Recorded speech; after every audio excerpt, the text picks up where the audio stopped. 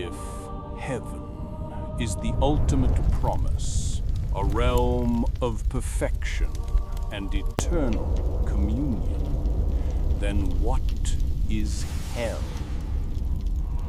The concept of ultimate punishment, of a reckoning beyond the grave, is perhaps the single most potent and terrifying construct in human history.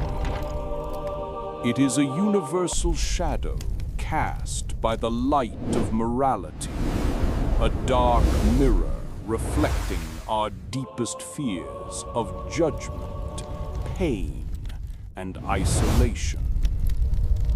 For millennia, this question of post-mortem accountability has not merely been theological, it is existential. It is the invisible contract that shapes societies, governs our ethics, and haunts our quietest moments. We instinctively seek justice in this life, but we demand it in the next.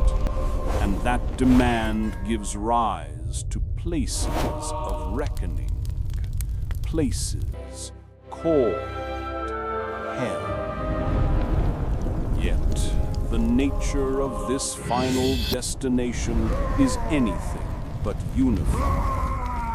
Across the globe's largest faiths, the concept of the abyss, the underworld, or the inferno transforms dramatically. Is it a place of eternal physical torment decreed by an unyielding God? Is it a just, if temporary, cleansing fire that purifies the soul? Or is it a dizzying, endless cycle of suffering driven purely by the cold logic of cosmic law? This is a journey into the deepest, darkest realms conceived by the human spirit and enshrined by divine text.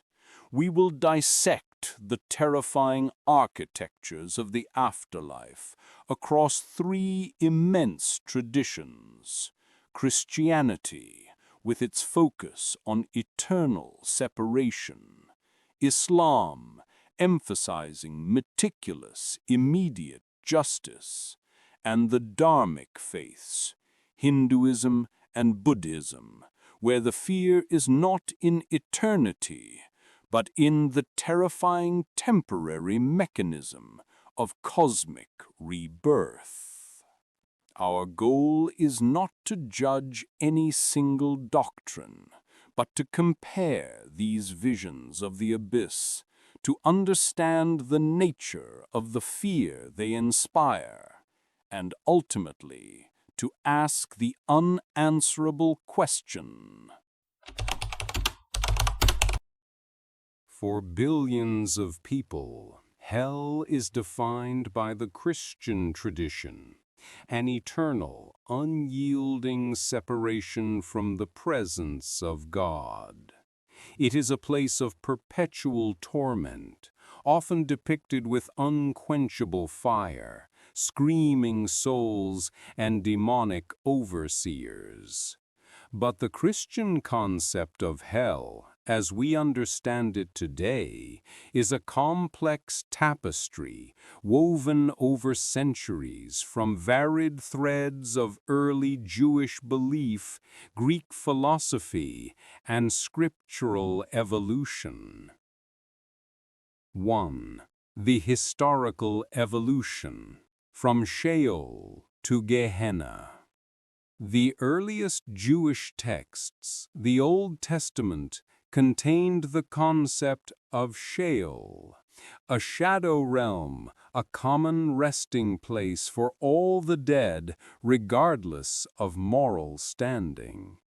It was less a place of punishment and more a state of diminished existence, a quiet underworld. The transformation began with the prophets and the intertestamental period. It was here that the Greek concept of Tartarus, a deep abyss used to imprison the Titans, began to influence Jewish thought, adding layers of judgment and punishment. But the pivotal shift came with the New Testament and the Aramaic term Gehenna. Gehenna was not an abstract concept. It was a literal, physical valley outside Jerusalem, the Valley of Hinnom. Historically, it was a place of child sacrifice to the god Moloch, deemed cursed, and later used as the city's perpetually burning garbage dump, where unburied corpses and waste were consumed by fire and crawling maggots. Jesus himself utilized the chilling imagery of Gehenna, where the worm does not die and the fire is not quenched. This literal, ever-burning dump became the powerful metaphor for the place of final, decisive judgment. The physical reality of the fire and the gnawing worm were fused into the theological concept of eternal destruction. The core tenet: eternal separation, a loss of being. The most terrifying feature of the Christian hell is not the fire itself, but its eternity. Unlike some other faiths, the sentence is final, irreversible, and infinite. The sinner does not merely endure suffering. They lose all hope of cessation, all prospect of change. The core essence of hell, in its most profound theological sense, is the total separation from God's presence.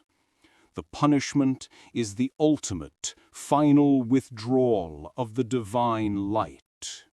Imagine existence itself as a derived state flowing from the source, which is God. To be entirely cut off from that source is not merely to be tormented, it is to experience a loss of all true existence, all meaning, all beauty, and all purpose. It is the soul's deepest longing for truth, love, and light being perpetually denied. Theologians often argue that the anguish of this isolation far outweighs any physical torment. 3. The details of torment, physical and psychological suffering. Though separation is the essence, the imagery of physical pain is crucial for deterrence and understanding. The New Testament and subsequent traditions are explicit. The unquenchable fire. Hell is a lake of fire, a place of weeping and gnashing of teeth. This fire is paradoxical. It torments, but does not consume, ensuring the consciousness of the suffering remains intact forever. Medieval and Renaissance art vividly emphasized this. Demons wielding pitchforks, flesh being cooked but never fully burning away. The psychological horror. Beyond the fire, the suffering is psychological. The condemned are eternally in the presence of those they despise, consumed by their own unfulfilled desires, and tormented by the memory of the life they rejected. The regret is eternal, a consciousness that salvation was offered and they chose otherwise. The demonic hierarchy. In much of Christian tradition, hell is ruled by Satan and a hierarchy of fallen angels who are themselves tormented, but serve as instruments of eternal malice against humanity. This adds an element of calculated, personalized sadism to the punishment. 4. The theological debate. 3 competing views. Even within Christianity, the nature of hell is fiercely debated, leading to 3 distinct concepts of the eternal sentence. The choice between these 3 versions vastly changes the degree of terror. A. Traditionalism. Eternal conscious torment, ICT. This is the view that has dominated Western theology. Hell is a place of literal, unending, conscious suffering. The argument is that sin against an infinite God requires an infinite penalty. This is the most terrifying view in terms of duration. A finite choice in a finite life results in an infinite consequence. The horror here is the absolute duration. 1 billion years is a single step on the path of eternity, with no exit. B. Annihilationism. Conditional immortality. This view argues that God's justice is served not by perpetual torment, but by the total destruction of the wicked. Immortality is a gift given only to the saved. The condemned are thrown into the lake of fire, which consumes them completely, resulting in their absolute non-existence. The fire is eternal, but the suffering is temporary, leading to final cessation. The terror here is the utter erasure of self, the irreversible loss of being. C. Universalism, ultimate reconciliation. A minority view. Universalism posits that hell is not a place of final punishment, but a temporary purification.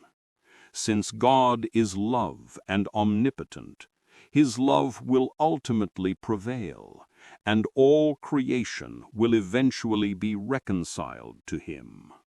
Hell still exists, but its purpose is therapeutic, a temporary discipline that leads to ultimate salvation. This version is the least terrifying.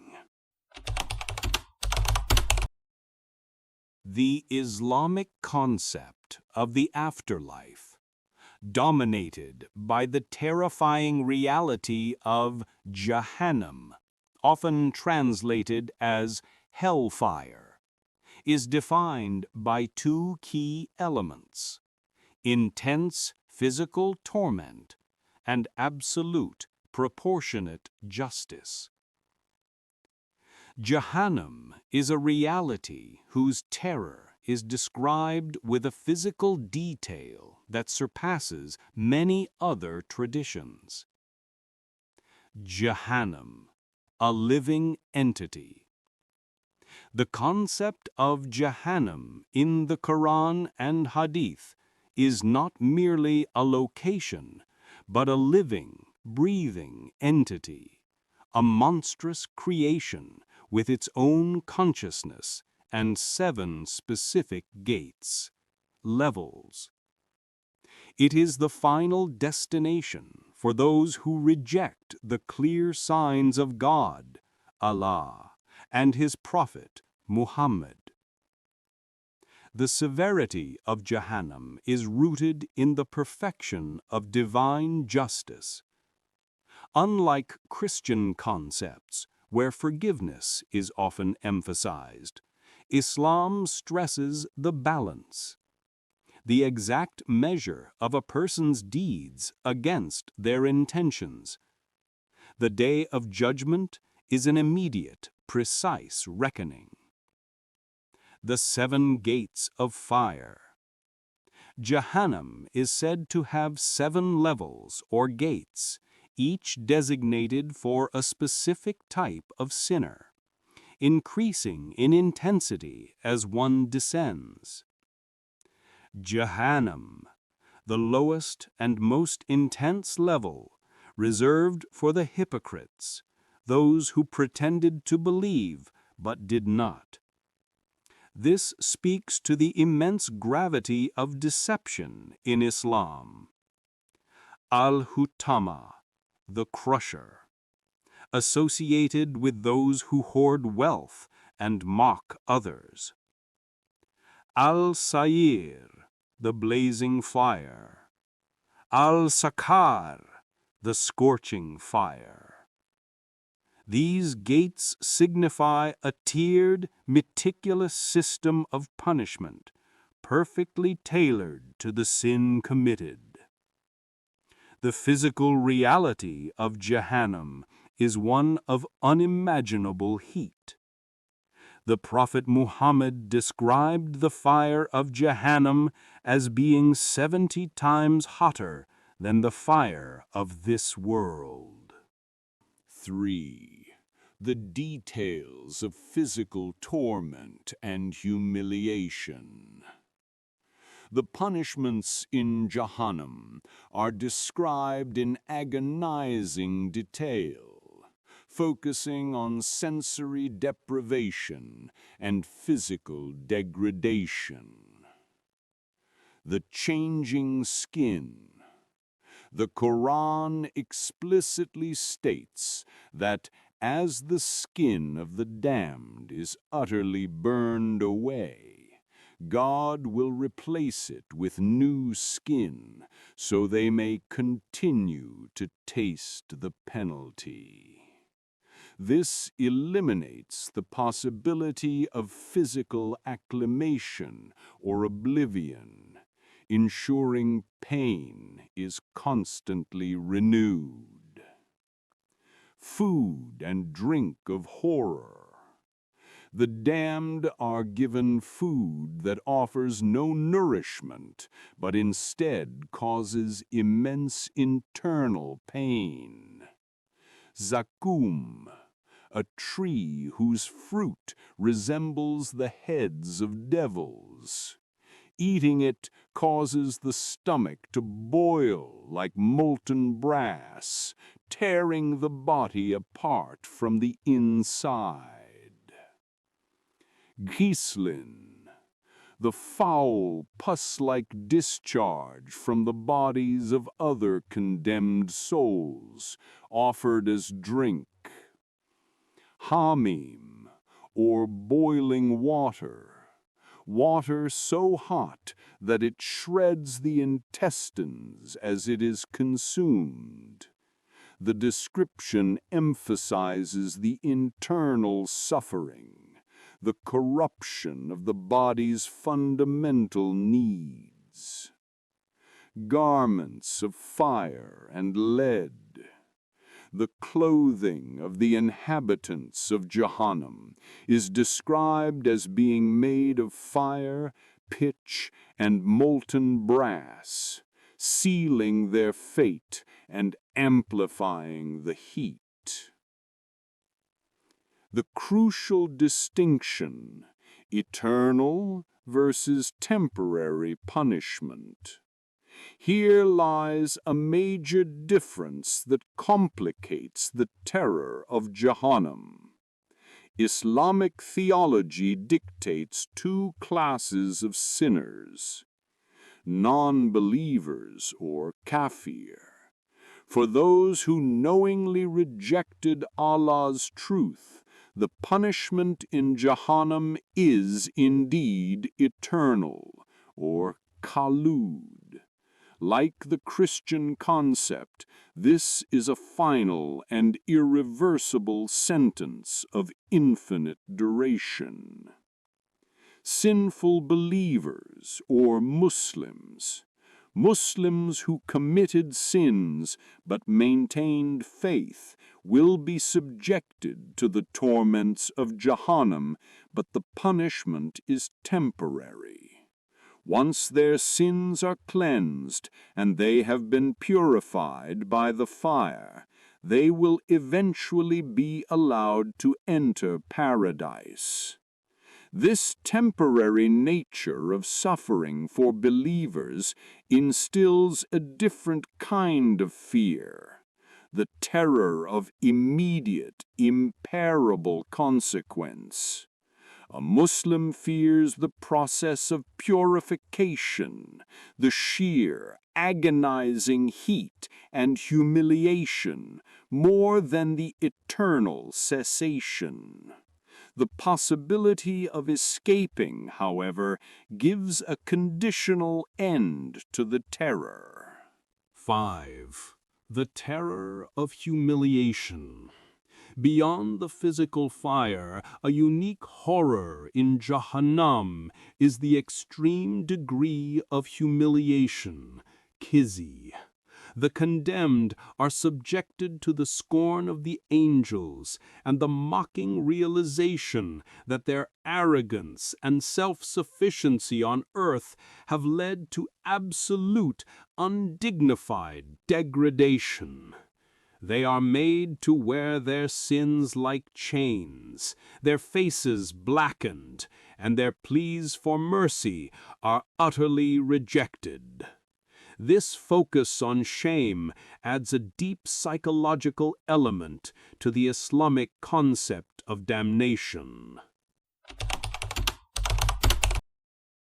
We now shift radically, moving from the Abrahamic faiths, where a single, final judgment dictates destiny, to the Dharmic traditions, where the cosmos is governed by the cold, impersonal engine of karma and samsara, the endless cycle of life, death, and rebirth.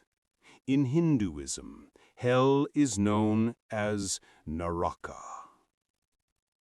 The core concept, Naraka, is a temporary prison.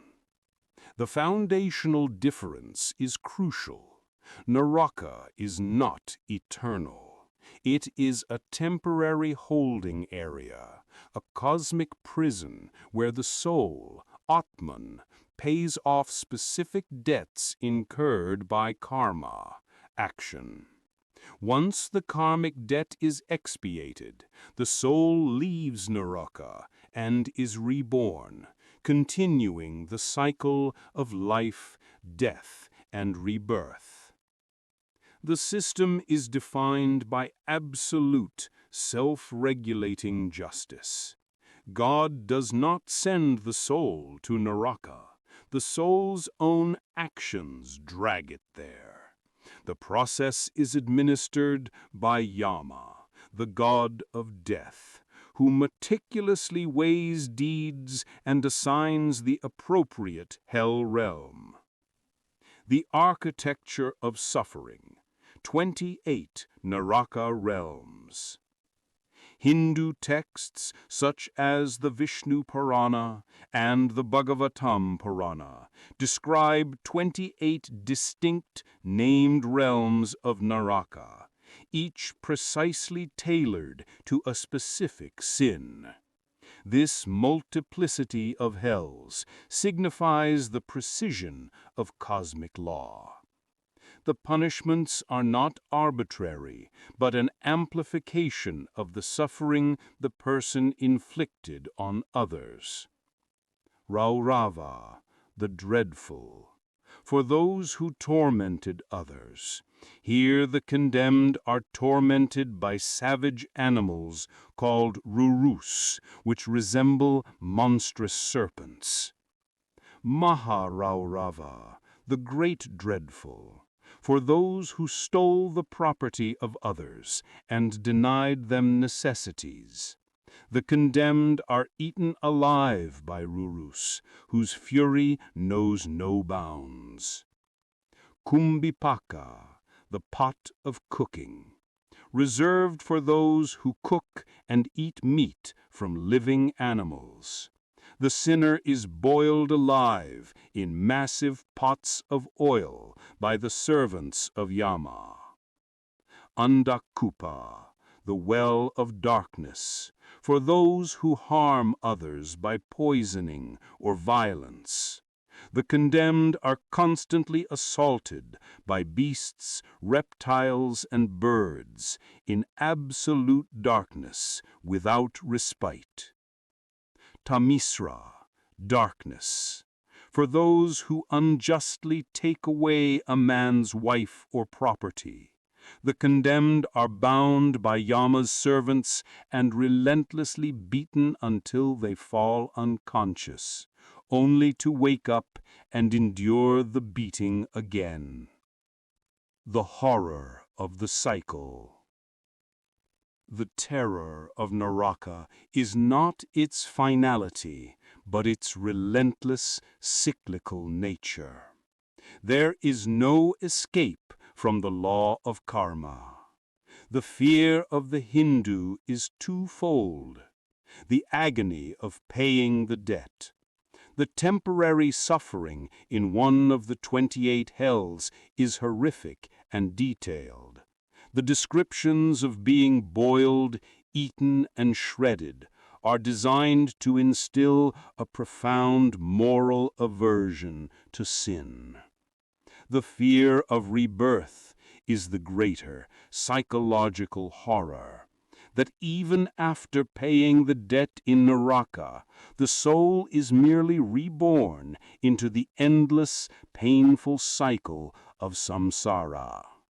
This rebirth may be into a lower life form, as an animal, an insect, or even a plant, a state of existence far worse than the temporary hell.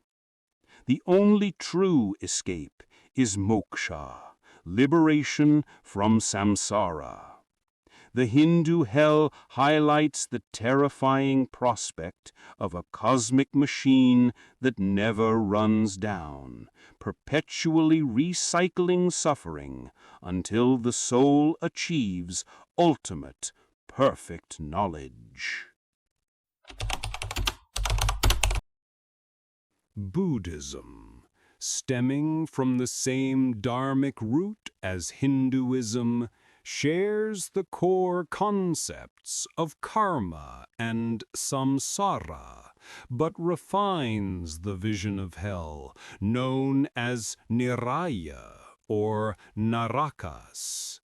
The Buddhist vision is highly structured, emphasizing the mind's role in creating its own reality, and the staggering length of time in the lower realms. 1.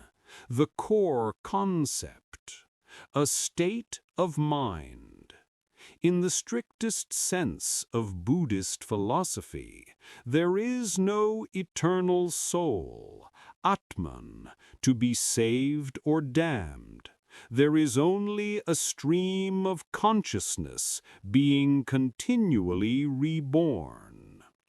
Therefore, Niraya is often understood not just as a geographical place, but as a temporary state of immense suffering, created entirely by the negative mental states and actions, karma, of the past life. The sentence in Niraya is strictly temporary, lasting only until the negative karma is exhausted. This concept underscores the perfection of the Buddhist's teachings. Suffering is inevitable when we cling to the illusion of a permanent self. 2. The 8 hot hells, Usada Niraya. The most famous classification is the 8 primary hot hells, which are massive, deep, cubical structures buried beneath the earth. Sanjiva, the reviving hell, for those who commit murder. The beings here are stabbed and mutilated until they faint, only to be revived by a cold wind to face the torment again.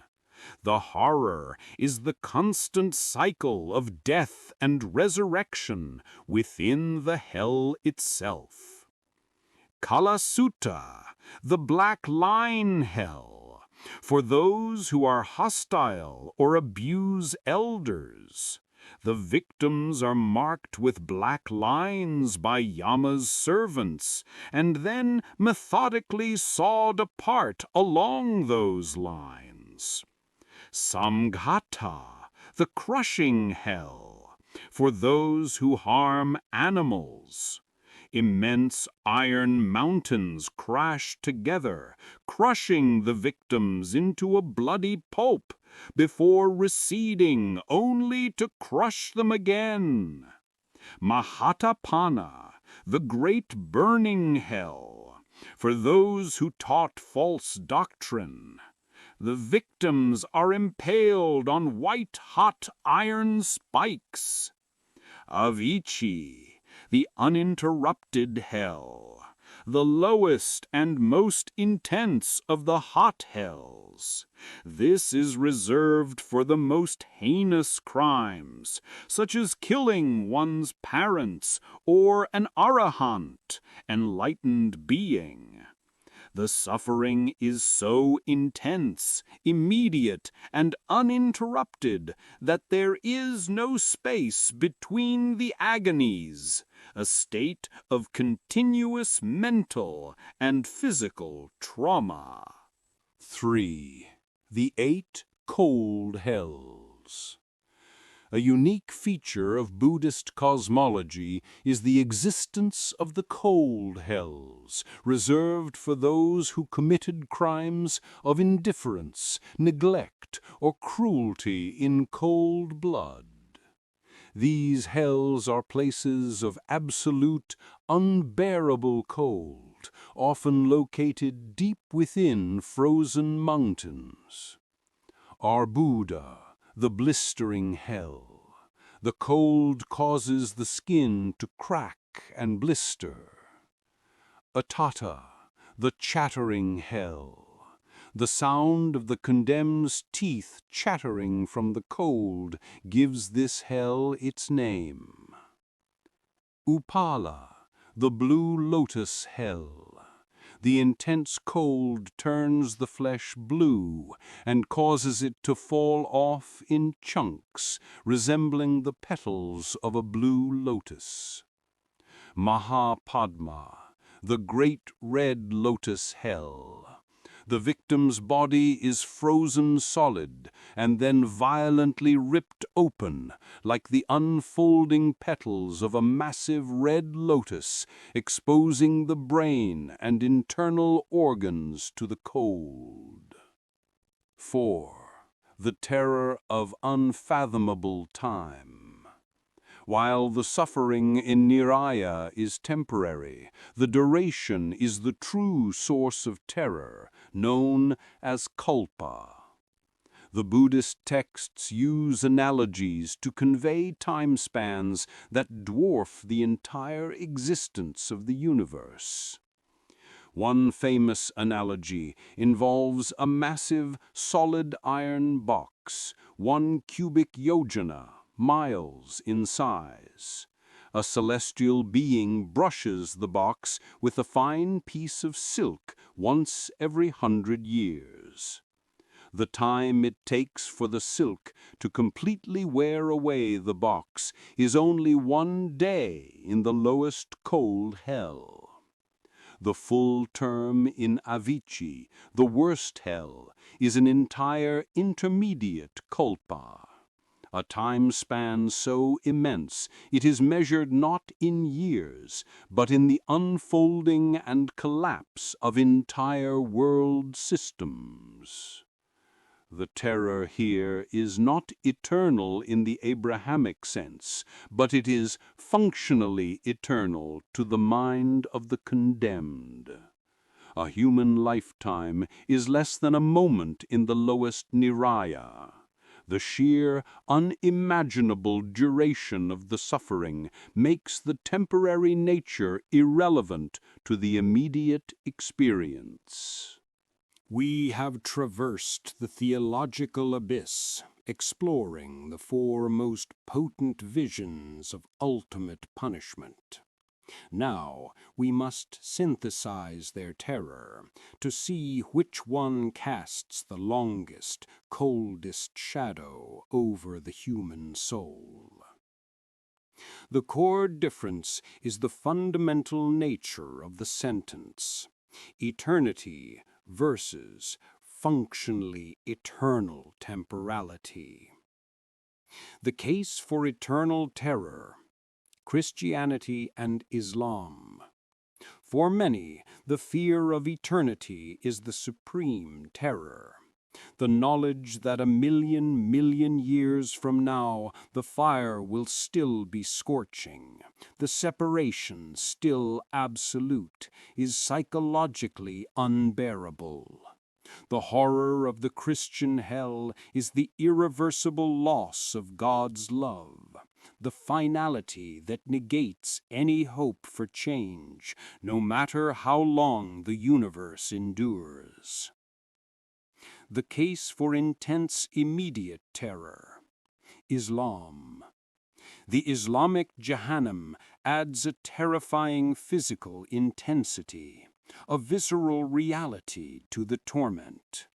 The systematic replacement of burned skin and the consumption of zakum and ghislin make the pain immediate, personal, and physically shocking.